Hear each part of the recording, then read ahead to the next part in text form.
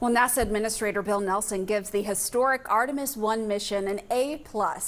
This afternoon, the Orion spacecraft splashed down off the west coast of Mexico after a 25-day mission around the moon and back. And there weren't any people on board this flight, but the data it gathered should help get humans back to space and the moon soon. Joining us now with more insight into this mission is retired NASA astronaut Leroy Chiao. So Leroy, today is for celebrating. What does the next stage of work look like? We always want to look ahead. Absolutely. So this flight test looked like it went very well. There were a few small glitches with the power systems, the antennas, and the star trackers a little bit.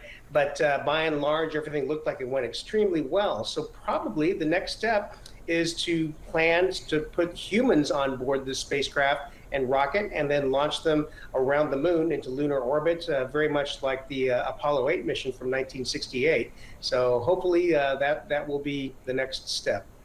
So we've seen this boom in space tourism and innovation in the private sector. Could this mission help NASA reassert its place as a leader in space exploration?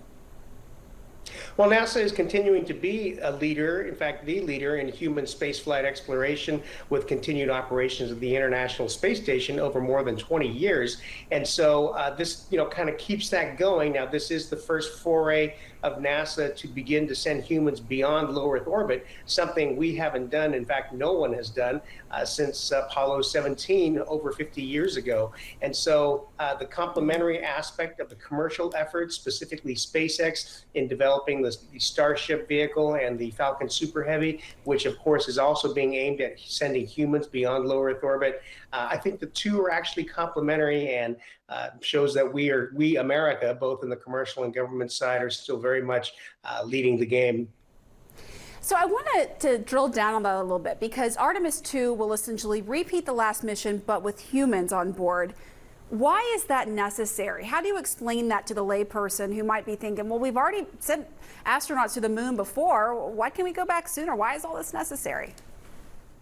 Well, there are a lot of reasons to send humans back to the moon. If we're going to go to Mars, the moon is a perfect place to develop your hardware, make sure everything's going to work before we send it on to Mars. It's also a great place to train your astronauts, and so the reason the moon is a great place to do that is because it's a similarly harsh environment with reduced atmosphere, reduced gravity, a lot of dust. But it's only 3 days away. If you have an issue with your crew, you can get them back in 3 or 4 days. Mars, even when the planets are aligned, are about 6 months. We talk about 6-month trips one way. And so if you're on your way to Mars and you need to come back, like Apollo 13 had to do on the way to the moon, you're talking about a year or so before you can get your crew back. There are also a lot of scientific reasons to go back to the moon, even with humans, to go ahead and gather more samples, if you will, of the lunar regolith and maybe do some core drilling. There are elements out there that are of interest, things like helium-3, which could be used as a fusion reactor fuel in the future. So lots of exciting things to do. But what about why not? I guess, and I understand the importance of it, but again, for the layperson who might be thinking, we've already sent astronauts to the moon. Why is all this necessary? Why will there be another Artemis mission with astronauts on board just circling and doing the same journey that this one did? Why is all that necessary? Why can't we go back sooner?